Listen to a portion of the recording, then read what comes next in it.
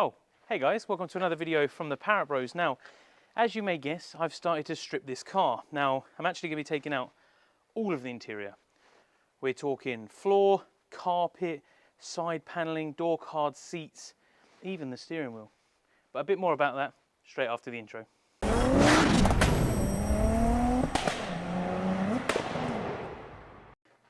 So, as some of you may know, I have been making some changes to the Noggy. Now, there is some big changes coming, and I'm going to let you in on some secrets that I've had stored for a little while that I've been desperate to share with everyone. Now, I am going to be putting in a full 6-point roll cage, including cross-brace door bars. I'm going to try and get some bucket seats, harnesses, a steering wheel that's removable, mainly because I'm going to struggle to get over the door bars, over the seat, and then under the steering wheel. So plus race car. I want to go for that more sort of track inspired / fast road safe car. I've always fancied a roll cage, and if you have a roll cage, then you're going to want bucket seats and harnesses. You're going to want the steering wheel that removes. I've got the shift tower already. I'm halfway there, yeah? I picked up a cage a couple of weeks ago. I've had it powder coated white to match the wheels. Brave, I know, but white and blue is proved to be such a great colour combo. It's a JP Cages one. They're about £1,000. I actually managed to pick it up second hand from one of you guys for a couple of £100 off, which was a bonus. Only ever been test fitted in the car, so it was like new anyway, which is a bonus. So the reason I want to take all the interior out is because I'm going to need to have my cage welded in. So they mount 4 mounting plates in the front, and then the 2, I think, bolt to the rear seat mounting points. I've already got my rear seats out, so I'm halfway there. But there's no point having all the paneling trim in there because it is just adding weight. Now, there is some other things I'm going to be doing. There's some sound deadening in the boot, which is going to be removed, along with some under the seats and other places to try and save as much weight as possible. It's a bit all or nothing, I think. I think you'll agree, because if I'm going to get a 6-point roll cage, it's not going to be pleasant to drive anyway, so what's the point of having all the added weight with all the paneling and everything included? So I may as well just take it out, because it's going to be rattly anyway, so if there's less to rattle, happy days, eh? I haven't decided what I'm going to do about the boot yet. Do I keep the boot trim or not? I haven't decided. Let me give you a close-up. I'll show you what I'm talking about. It's probably easier. Okay, so purely good camera skills here. So now you see here, there's a slightly darker matte part, that sound deadening, that sort of piece round either side of the fuel inspection holes. That again needs to come out. These will come out. I may also be able to take those braces out from the side. I may leave them in. It depends if they foul on the cage or not, because obviously the cage is going to be adding rigidity. Of course, I'm going to take the spare wheel out, because otherwise that will come flying out on its own. I will think of a better method to have a spare, because, well, yeah, you always need a spare, don't you? So it's sort of like, I'm in that position now where I'm sort of going all or nothing. And like I said, it may not be for everyone, but it's what I want to do. I've always wanted a cage in one of these, because I think it looks sick. I think it looks really cool. And it seems a waste to have some of this really nice interior trim. Now, this interior trim will be for sale. It is double stitch leather covered, which is non-original. So someone's paid quite a lot of money to have the door cards, the rear door cards, even though there's not a door there, the glove box and the under trim underneath the driver's steering wheel, all leather coated in a silvery grey leather with the twin double stitch same to the seats. And it looks phenomenal. Also included, obviously, my white steering wheel, white handbrake cover, the controls pack, the knee pads, front and rear seats, and everything included. So get in touch if you fancy that, if it hasn't already gone, a little disclaimer. Both pockets work at the back, which is nice. I've heard the carpet weighs 20-something kilos, so that'll be a nice weight save. It means I don't have to worry about losing any weight, which is more important. But I'm going to be taking all the paneling trim out. I will show some of it coming out. I may not do a full how-to removal guide, because I'm just going to be whizzing stuff out and yanking it out. But I know I've done most of it already. Headlining is coming out as well, because There's some more plans for the future. I won't share everything right now, but I think you get the gist of where we're going with this. So I thought I'd share with you, because I thought I've been desperate to tell you I've got a cage, along with the other bits. And yeah, enough talking. Let's get some stripping done.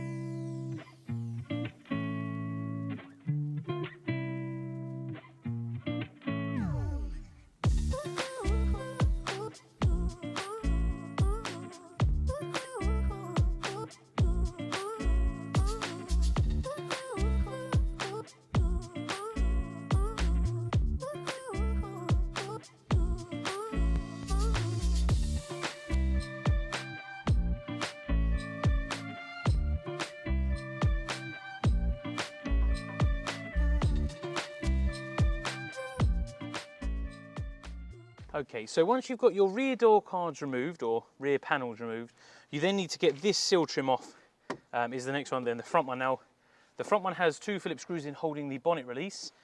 The back one is just solely clipped, so you need to get yourself a trim tool. I recommend the set off of Amazon or eBay. They're about a tenner for about 10 or 12 different ones.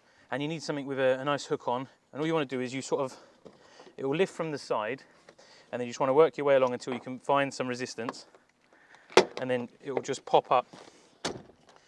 Work your way along until it gets hard again, and it will just pop up. And you just want to pop your way all the way along until you get to the end. These tools will come in handy forever and ever, so trim tools are always worth getting. This one you can just pop it underneath, pop the first one, and then you can remove one from the other. Not always that easy, but there you go. And as you can see here, it's got fixings all the way along. That one's broken. It may have been broken before.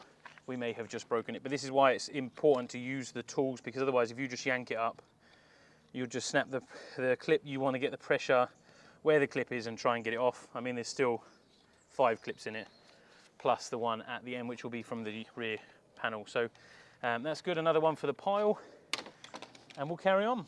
Okay, so I've removed most of the trim underneath the dash, the glove box, the undercover, the side paneling, all of this paneling here. I'll get the seats out, then I can start to take the center console out, and then hopefully the carpet should come out relatively easy. Always remember to take your battery out before you do anything with airbags, seats, or anything like that. God, this is hard work, I tell you. It's just all the awkwardness. Make sure you've got something nice to kneel on as well. I've got a nice foam mat down here. Right, excuse the noise.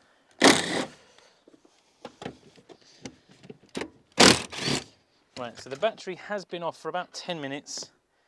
So we shouldn't have any residual voltage left in there, hopefully. Now, I always have this issue where the gun doesn't fit. So we have to go old school and either cheat and use an extension and then the gun, or if you can get away with it without damaging the seat, which you can.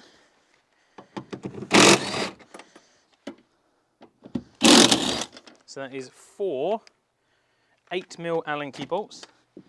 Keep them safe because we're going to need them again. Now, you've got a couple of options. You can either put the seat into the higher position like that, and then reach around. It's probably easier from the front. You forget how high the seat sits, and then you can just tilt it back a little bit and just lean under.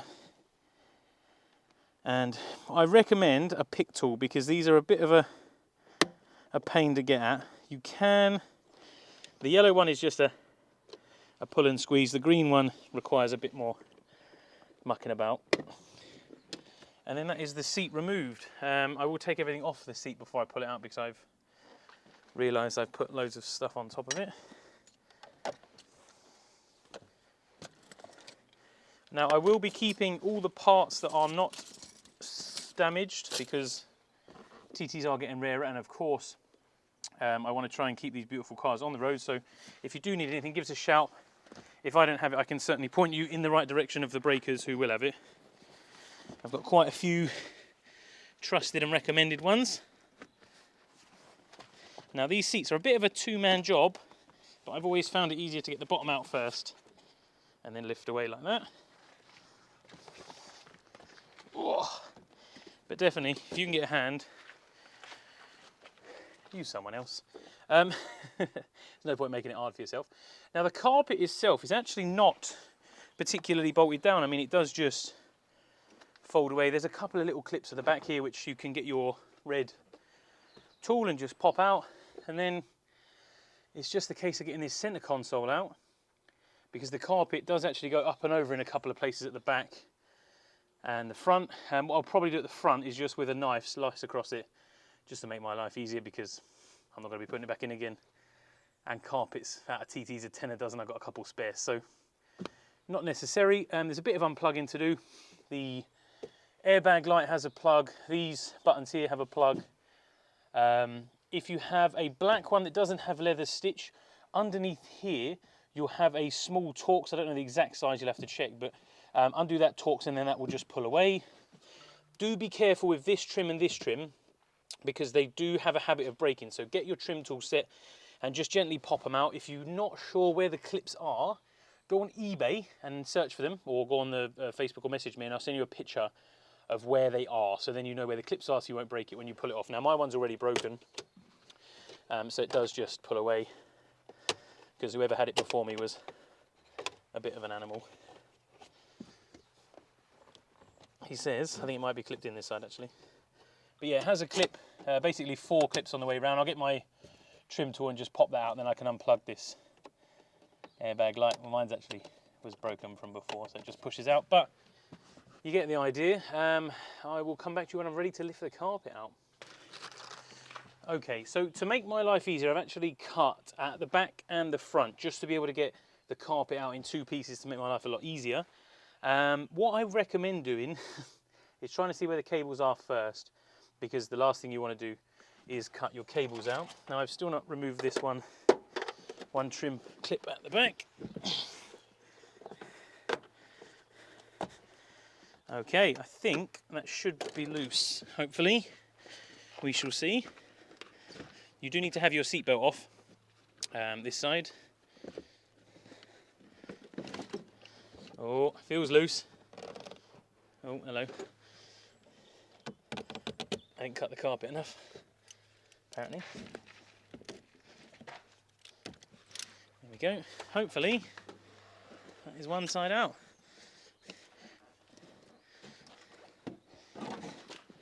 Get your ABS sensor, your airbags out, and there we have it. Whoa. Another one for the pile. One side down, one side to go.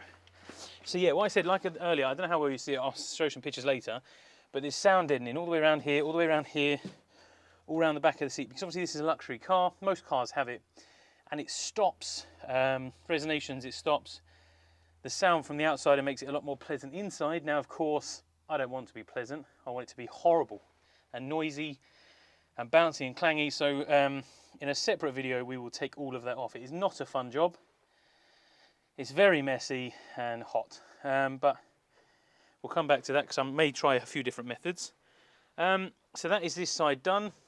This wiring was left in there from a little cheeky mod I did where the fans weren't working, so I just wired them onto a switch. But that's now redundant, but I left them in there just in case I need them for anything, but I probably won't. Or will I? I may well do, actually. There's a bracket round the center console which can be removed if you're not putting your center console back in. It all depends on how far you want to take this. Now I'm going full cage and bucket, so I don't need a center console. I'll probably make a little aluminium bracket just to hold, or a bit of carbon maybe, just to hold my buttons for the fuel and the sensors and whatnot. Now one of my buttons is falling to bits. Oh, that's better. Seems to be better now. But yeah, so leave them plugged in, same as the 2 switches in the middle. And then we'll just work our way around. This is starting to look really good. Right, let me do the other side, and then I'll come back to you when we're all done. So there you have it. That is the contents of basically everything that's bolted down underneath you. The car now looks absolutely barren, and I haven't even finished because I've still got to take out the headlining, all the pillar trims, and all the other bits as well. That's quite a lengthy process, but I will do that in a later video because a few people have been asking me how to remove a headlining. It may not be the prettiest job, but it is a job sometimes that needs doing, especially if you want to make it Alcantara or something like that. But yeah, it's not actually that bad a process. It's just a case of, well, I say it's not that bad a process. It depends if you want to put it all back in again afterwards. If you're not so worried, then it's not too bad. You might break a few clips.